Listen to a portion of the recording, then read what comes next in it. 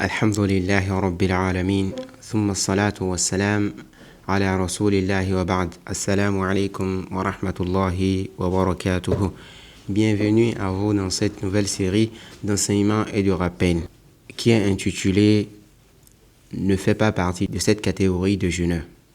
En réalité, il a été rapporté d'Abi Huraira radiyallahu anhu, le hadith du prophète sallallahu alayhi wa sallam, où il dit وَكَمْ من صائم ليس له من صيامه إلا الظمأ وكم من قائم ليس له من قيامه إلا السهر.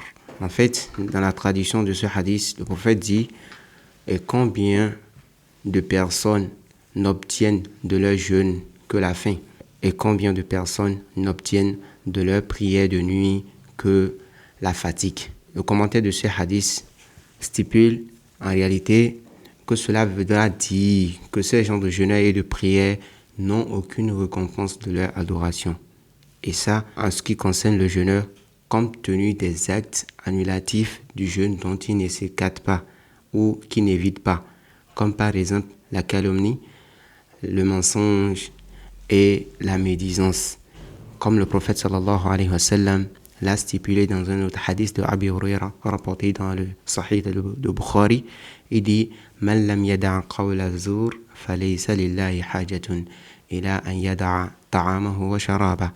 Celui qui en réalité ne s'écarte pas ou n'évite pas le faux témoignage et le fait de le mettre en pratique, Allah subhanahu wa ta'ala en réalité n'a nul besoin que cette personne abandonne sa nourriture et sa boisson.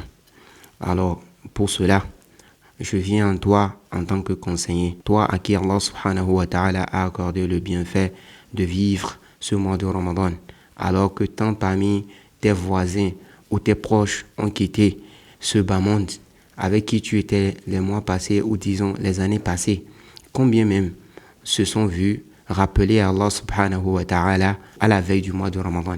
Et à toi, qu'Allah subhanahu wa ta'ala a accordé la vie, qu'est-ce qui était obligatoire à toi? C'était de quoi? De préserver ton jeûne, de préserver ces adorations que tu fais pour Allah.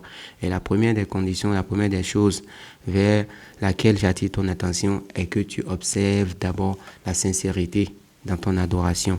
Car Allah dit subhanahu wa ta'ala وَمَا أُمِرُوا إِلَّا لِيَعْبُدُوا اللَّهَ مُخْلِصِينَ لَهُ الدِّينَ. Enfin, ce qui est voulu dans l'adoration, c'est la sincérité d'Allah. Et Allah subhanahu wa ta'ala dit هو الذي خلق الموت والحياة ليبلوكم أيكم أحسن عملا. En réalité, ce qui est voulu ici, c'est la perfection dans l'adoration et non le nombre de l'adoration.